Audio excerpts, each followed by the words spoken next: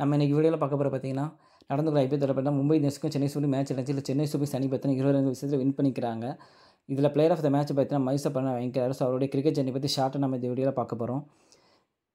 Mieza பண்ணா பார்த்தீங்கன்னா இலங்கையில் இருக்கிற கண்டின்னு ஒரு ஊரில் டிசம்பர் 18, 2020 பிறக்கிறாரு. அவருக்கு 2 சகோதரி இருக்கிறாங்க. அவருடைய அப்பா பார்த்தீங்கன்னா மியூசிக் அலுவலகத்தில் வேலை பார்க்குறாரு. ஸோ அவருடைய ஆஃபீஸ் முடிஞ்சதுக்கப்புறம் பார்த்தீங்கன்னா இவரோட மைசா பண்ணா கூட கிரிக்கெட் ஆட ஆரம்பிக்கிற சிறு வயசுலேயே. ஸோ அதுக்கப்புறம் பார்த்தீங்கன்னா மைசா பண்ணாக்கு சிறு வயசுலேயே கிரிக்கெட்டில் ஆர்வம் அதிகம் ஆக பார்த்தீங்கன்னா நடந்திருக்க ஸ்கூல் டோர்னமெண்ட் எல்லா போட்டிகளையும் பார்த்தீங்கன்னா கிரிக்கெட் ஆட ஆரம்பிக்கிறாரு. ஏன்னா இவரோட பந்து வீச்சு பார்த்தீங்கன்னா கொஞ்சம் டிஃப்ரெண்ட்டாக இருக்கிறதுனால மற்ற பந்து வீச்சில் கூட இவரோட ஆக்ஷன் டிஃப்ரெண்ட்டாக இருக்கிறனால பார்த்தீங்கன்னா இவர் கொஞ்சம் அதிகம் ஃபேமஸ் ஆகிறாரு. ஸோ இவருக்கு முறையாக பயிற்சி சொல்லிக் கொடுக்குன்னு சொல்லிட்டு அவரோட அப்பா டிசைட் பண்ணி பக்கத்தில் இருக்க அகாடமியில் சேர்க்குறாரு. அகாடமியில் சேர்ந்ததுக்கப்புறம் பார்த்தீங்கன்னா இவருடைய பந்து வீச்சு இன்னும் மெருகேறுது. அதுக்கப்புறம் பார்த்தீங்கன்னா இவர் அதிக அளவில் ஃபேமஸ் ஆகிறதுனால பார்த்தீங்கன்னா பக்கத்தில் இருக்க ஒரு டிரினிட்டி காலேஜில் பார்த்தீங்கன்னா அங்கே நடக்கிற டோர்னமெண்ட்டில் இவரை சேர்த்துக்கிறாங்க. அதுக்கப்புறம் பார்த்தீங்கன்னா டோர்னமெண்ட்டில் இவரோட பந்து வீச்சில் பார்த்தீங்கன்னா நிறைய விக்கெட்டுகள் விழுதுனால பார்த்தீங்கன்னா இலங்கை அணி பார்த்தீங்கன்னா அண்டர் 19 உலகக்கோப்பை தொடருக்கு பார்த்தீங்கன்னா தென்னாப்பிரிக்கா நடக்கிற அண்டர் 19 உலகக்கோப்பை தொடருக்கு இவரை சேர்க்குறாங்க. சேர்த்ததுக்கப்புறம் பார்த்தீங்கன்னா இவர் அங்கே போய் பார்த்தீங்கன்னா தன்னோட பெர்ஃபார்மன்ஸ் அதிகப்படுத்தப்படுறாரு. அதுக்கப்புறம் பார்த்தீங்கன்னா ஒரு போட்டியில் பார்த்தீங்கன்னா இந்தியாவுக்கு எதிரான போட்டியில் பார்த்தீங்கன்னா கிட்டத்தட்ட 175 கிலோமீட்டர் வேகத்தில் பந்து வீசுகிறாரு. ஸோ அது பார்த்தீங்கன்னா அந்த 105 கிலோமீட்டர் வேகத்தை வீசினால பார்த்தீங்கன்னா வேர்ல்டு ரெக்கார்ட் ஆகுது. ஏன்னா இது மாதிரிக்கு வேர்ல்டு அதிகமாக ஸ்பீடு வீசினா பார்த்தீங்கன்னா சோஹிப் அக்தர் பார்த்தீங்கன்னா 121 கிலோமீட்டர் வீசியிருக்கிறாரு. ஸோ அதுதான் வேர்ல்டு ரெக்கார்டாக இருந்துச்சு. ஸோ இவர் 125 கிலோமீட்டர் வீசணும் வேர்ல்டு ரெக்கார்ட் ஆகணும்னு பார்த்தீங்கன்னா எல்லா இடத்துலையும் ட்ரெண்டாகிற எல்லா கிரிக்கெட் இதுக்கும் தெரிய ஆரம்பிக்குது.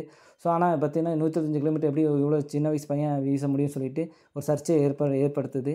சர்ச்சையை ஏற்படுத்துறதுக்கப்புறம் பார்த்தீங்கன்னா அதை செக் பண்ணி பார்க்குறாங்க.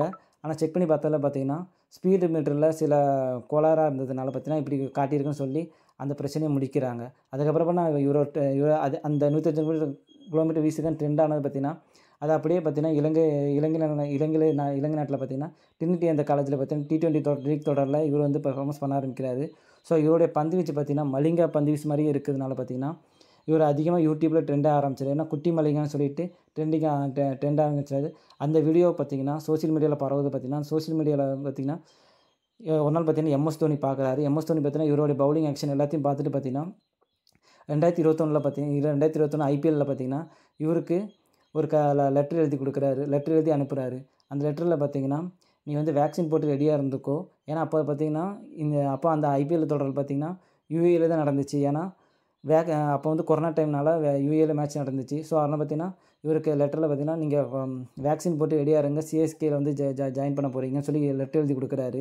அந்த லெட்டரை பார்த்தோன்னே மைசா பண்ணாக்கு ரொம்ப சந்தோஷமாக இருந்துச்சு. உடனே நம்ம வேக்சின் போட்டு ரெடியாக இருக்குது கிளம்புறதுக்கு ரெடியாக இருக்கார். பட் இலங்கை அணி பார்த்திங்கன்னா அவருக்கு NOC கொடுக்காம விட்டுருந்தாங்க. ஏன்னா இந்த மாதிரி கொரோனா டைமில் NOC கொடுக்கக்கூடாதுன்னு சொல்லிட்டு அந்த இலங்கை அணி முடிவு பண்ணின்றாங்க. அதனால் இவரால் பார்த்திங்கன்னா 2021 IPL தொடரில் பார்த்திங்கன்னா பங்கேற்க முடியாமல் போயிடுது. அதுக்கப்புறம் பார்த்திங்கன்னா மறுபடியும் பார்த்திங்கன்னா 2022 நடக்கிற IPL தொடரில் பார்த்திங்கன்னா மறுபடியும் ஆக்ஷனுக்குள்ளே கொண்டு வராங்க. இந்த ஆக்ஷனில் பார்த்திங்கன்னா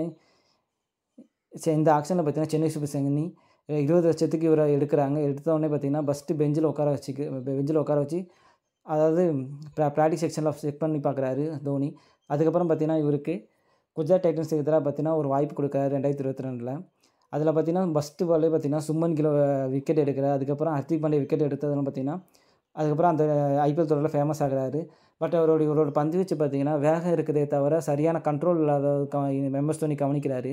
அதை கவனிச்சதுக்கப்புறம் பார்த்தீங்கன்னா MS தோனி பார்த்தீங்கன்னா இவருக்கு மோஸ்ட்லி இனிஷியல் ஓவர் கொடுக்கறத விட டெத் ஓவர் கொடுக்கறதுலே மெயினாக இருந்தார். ஏன்னா டெத் ஓவரில் தான் இவர் நிறைய விக்கெட் எடுக்கிறாருன்னு அவர் புரிஞ்சுக்கிறாரு.